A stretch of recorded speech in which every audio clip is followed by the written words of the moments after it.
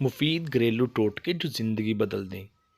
चेहरे के दाने ख़त्म करने के लिए काली मिर्च लें और इसे संदल की मांदल रगड़कर चेहरे पर लेप मल लीजिए।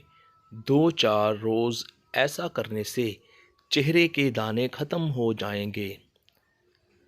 नारियल के रोगन में लीमू का थोड़ा सा अर्क मिलाकर रख लें और इसे सर पर मालिश कीजिए। चंद दिन ऐसा करने से बालों की खुश्की दूर हो जाएगी।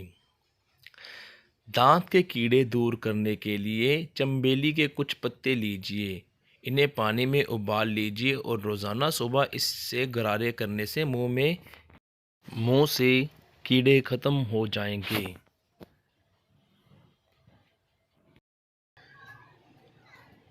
वीडियो देखने का बहुत बहुत शुक्रिया और हम उम्मीद करते हैं वीडियो आपको अच्छी लगी होगी और आपके लिए फ़ायदेमंद भी होगी।